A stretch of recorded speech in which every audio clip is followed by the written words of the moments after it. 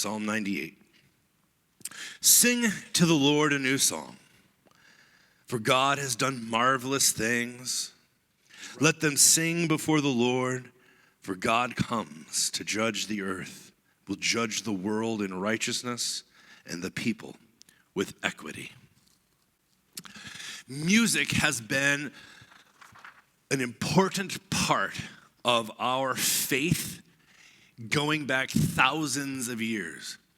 In fact, a little more than 300 years ago, United Methodists at the time, were so known for their enthusiasm, both their zeal to reach out to change the world, to reach out and let people know of God's love, and their enthusiastic singing, that they actually were less than politely asked to leave what was then the Church of England, the Episcopal Church, now the Anglicans, and go their separate ways. They were the cousins who embarrassed the family, if you will, because of their enthusiasm. Methodists have been well known for their singing. I grew up a different kind of Methodist. I grew up what's called Free Methodist. We weren't united, but we were free, and I still can't figure out if that's better or worse.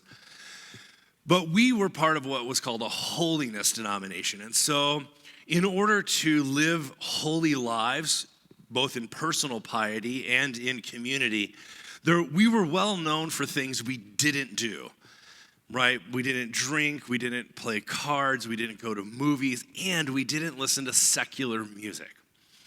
So this made me, I was already a very odd kid, but this made me an even stranger duck amongst my peers in grade school, because my mom and dad, who I love dearly,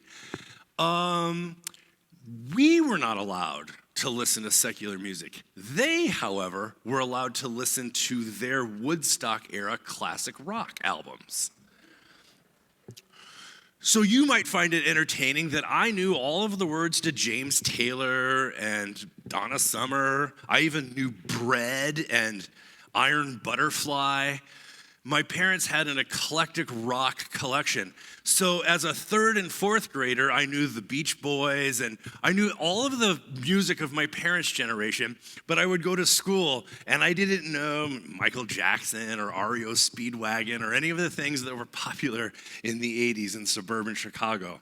My saving grace, however, was that our church had a vibrant youth ministry. And as a soon-to-be middle schooler, I got to hang out with the cool high schoolers from time to time, and they had great music. Music has always been really important to me, but as a pastor's kid, I'm most familiar with the church's music. In fact, becoming a Methodist minister, there's several books that you have to know pretty well. One is the Book of Discipline. That's sort of how to run a church like this. One is a book of worship that outlines things like what we celebrated here this morning with All Saints Remembrance, and sort of how to plan Advent and get into the new year and all the stuff that comes with that. Do baby dedications like we did a couple weeks ago, and funerals and weddings and all that stuff. And then the third book that is really important in churches like this is our hymnal. Hymnody, as it gets called, has been a central part of the Methodist life together. So, when I was putting together this 10-week series about how God speaks to us in the 21st century, I knew that it had to include music. Music simply is one of the ways that God, by her Spirit, speaks to us. It is impossible to do a 10-part series about God speaking to us through art, through the scriptures, through the voice of another, and not include music. Music is too important to the history of churches like this, and I would argue, to the contemporary expression of faith that we see in the multi-generational church in North America and around the world. Music plays an incredibly important role. I often will walk around here in the mornings. I get here pre-dawn. most of the time. And as I am walking around, whether it's checking doors or praying for people that I didn't see on Sunday or whatever it is, I can't tell you how often God will lay a song, or I should say a song will come to my heart. And as I walk around this classic space, this beautiful campus, singing songs of the tradition, songs of the faith from decades and centuries past, I really do sense the nearness, if you will, of God's presence in this place. That it's not abstract. For me, there is something about a song. It not only is me pushing air and words out into the world, there's sort of a abstract or metaphysical, if you will, exchange that happens when we push these words out. Somehow these words, whether we intended them to be true or not of us in the moment, these words bounce off the wall or turn around some way, and they begin to draw out of us the very thing that they're intended to celebrate. They actually create. You sing a song of faith, and it's weird sometimes. You actually feel like, I have a little more faith. You sing a song about joy, and it's amazing how joy can begin to bubble up, right? You sing a song about forgiveness and healing, and your heart is actually softened towards the one who you need to reach out to and either ask for an apology or you need to apologize to. Music's amazing in its capacity to both verbalize or express, right? It's very evocative. It evokes something in us. But also, it has a near divine, I'm going to say, power to create in us the very thing that inspired whoever it inspired to write that original song. It meets us in each new moment and somehow creates it in us again. I'm fascinated with this stuff. For years and years, I have broken church music or religious music down into 4 categories that I find helpful when we are planning a worship service. I like to talk about songs about God, songs that are sung to God, songs that are about us, or songs that we sing to each other. I always find it important to ask when we're singing a song, who's the audience and who's the main subject? I like to do this because I come from a rock and roll tradition of churches that don't have stained glass like this or don't wear stoles like this.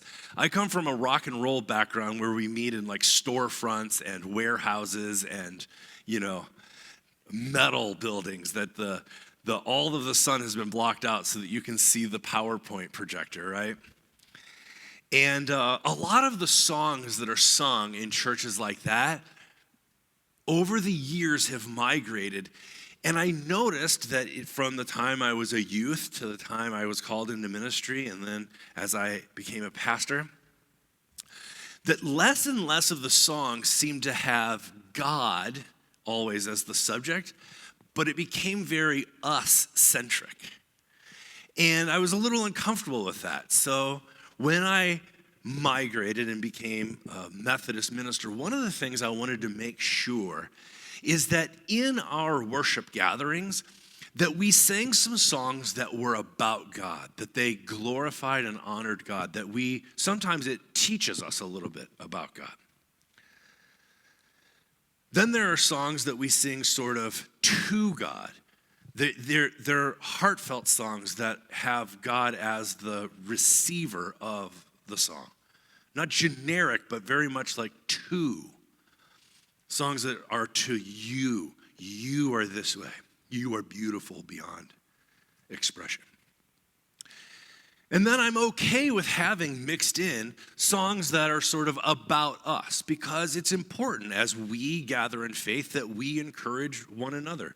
In fact, we have songs like this that are part of our every week, part of our gatherings together. And then we have songs that we sing to each other. So I'm going to go through just some examples that I find very helpful about this. So when you think about songs to God, in a moment before we come to the table for communion, we're going to sing the doxology. Praise God from whom all blessings flow. Praise God, all creatures here below. Right? That's just a song about God. We sing songs like, Holy, holy, holy, Lord God Almighty. And this is where, for me, it gets interesting. Because it is tough to find a song that is purely only about God that doesn't involve us. And I think that's okay because we are giving voice to that praise. And so we say, early in the morning, our song shall rise to thee. Right? We're baked in there because we are giving voice to the praise. There are contemporary songs like this too. We sing songs like, for you are good, for you are good, for you are good to me. Right? And that's okay, but the main audience, the main subject is God. But then there are songs we sing specifically to God. We sing, when peace like a river attendeth my way, right? And then we get to the part we say, it is well with my soul. We're singing this to God. Because I know you are with me, it is well with my soul. There are contemporary songs like this too. We sing, bless the Lord, oh my soul, worship God's holy name. God is the audience and, in some ways, the subject. But we're always mixed in there a little bit. And then there are songs that we sing that are like more about me. So we sing like, you are my strength when I am weak. You are the treasure that I seek. You are my all in all. Right? It's a different kind of song. There's lots of songs that we've sang recently about like, well, when I'm weak, when I'm not feeling great about myself, you say this, right? And I believe. So that's a song about us and our faith. Even old songs like this sanctuary song says, Lord, prepare me to be a sanctuary, pure and holy, tried and true. It's a prayer of the heart. But we're very much the subject of that. And then there are songs that we sing to each other. That one we just sang before this in our song of preparation, it says, let the amen sound from his people again. And then we say together, gladly for we adore thee. We're singing to each other. Like, guys, let's sing this together, right? And there are contemporary ones too, but we always end 3 weeks out of the month, we end by saying, may the Lord bless and keep you. That song to each other, we're singing to each other as an audience. And I want to go out and say that all 4 of these categories of songs are fantastic, and they each belong. In a gathering like this, I am committed that we're going to sing 2 classic hymns of the faith, and we're going to try and sing 2 contemporary songs, one that is being sung around the world, and one hopefully that fits our subject for the day. And in doing this for us as a congregation, this blended or hybrid worship. But you should also know that behind the scenes, I'm also trying to think through, are we singing songs about God? Are we singing songs to God? Are we singing songs about us? And are we singing songs to us? I try and make sure that it's not too heavy all in one thing because we have so many songs to choose from. The selection is so wide. We have the luxury of pacing ourselves and making sure that we cover our bases, that we remind each other about this divine mystery. We sing about God and that we sing to God. There's a heartfelt component of the Christian faith that we want to cultivate a heart of praise. We also sing songs about the reality of trying to live out faith and that it doesn't always go well. And once in a while, we just need to encourage one another for the week ahead as we walk out this faith together in service to the world. The one caution I want to put in is that we live in a time in the last 40 years where the Christian music industry has changed a little bit.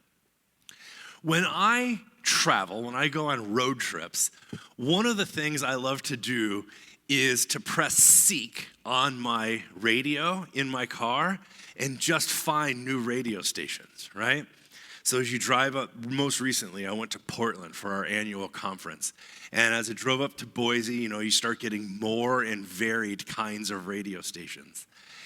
But what's amazing is how many of them are Christian radio stations. I can't believe how many of them there are.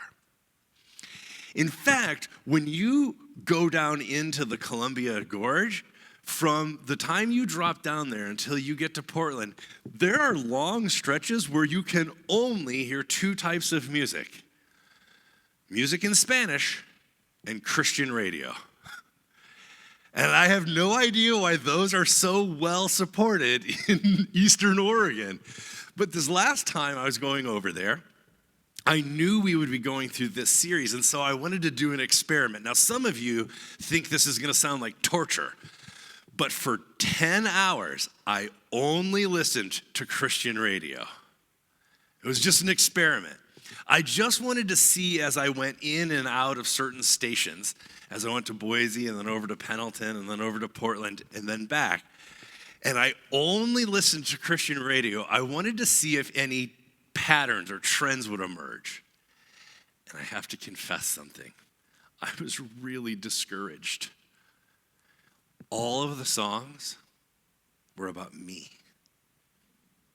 They were so therapeutic. Something has happened to Christian music where we're out of balance. It's not that we have a good mix of songs that are about God and to each other, and then write an encouragement. There's just one kind of song being produced and broadcast, and it really bummed me out. 3 or 4 or 5 of them in a row is not terrible. 5 hours of them was terrible. So I just want to say that one of the acts of discernment in congregations like ours and the songs that we choose to sing is just to acknowledge that we live in a time where most of the new music that's coming out is coming from one of two places. Either really, really big churches like Hillsong are writing their own music, and then churches all around the world are singing them. That's not a bad thing. I actually think that it could be a good thing. The problem is that at big churches like that, there's a thing that's in place right now, which is there's only one understanding of the cross, the atonement theory, and it's called penal substitutionary atonement. And almost all of the songs have blood and violence in them in a redemptive way. So churches like ours and other kinds of churches around the country, we just need to be discerning to know that the theology that's coming out in songs like that, we just need to make sure that it matches up so that we can sing it with our whole heart. The other place that the music's coming out of these days is Nashville, Tennessee. And there is a whole industry of contemporary Christian music where people who maybe just want a hit, whether they believe the words of it or not, but in order to get a hit, they can write a catchy tune and it gets produced in the studios of Nashville, Tennessee, and then it makes its way out into the world. And again, discernment is needed. So I just wanted to say, both in the positive and the negative, that when we talk about different ways that God might speak to us in our everyday life, I just wanted to acknowledge how powerful music is, which is why we also need to be very discerning about how we participate in music and the way that we facilitate congregational singing. The hymnody of our tradition is so important and so beautiful. We want to honor the songs and saints of the past and make sure that they're present with us every Sunday. And we want to participate in what God is doing in the world and sing songs that people are singing all around the world. We try to do this well, and we try to be very discerning to make sure that there are songs that are about God to remind us about this divine mystery, songs that are to God so that we can cultivate a heart of praise, songs that we sing about us because life can be tough, and it's one way of confessing that life doesn't always go well, and songs that we sing to encourage one another to continue on and not give up. So we try to do that well. If you find a song that you think would be good for us to sing, please pass it along. We are always growing in our horizon of congregational singing.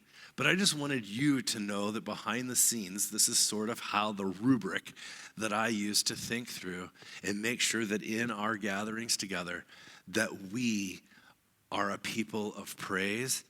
Music speaks to our hearts in a way that few other things can. There is something mysterious, and I would go as far as to say inspired by music, that it actually has the capacity to create in us the very thing that we're singing about. So I just want to encourage you, let your heart sing its song, for that is one of the ways that the Spirit of God speaks to us and works through us today.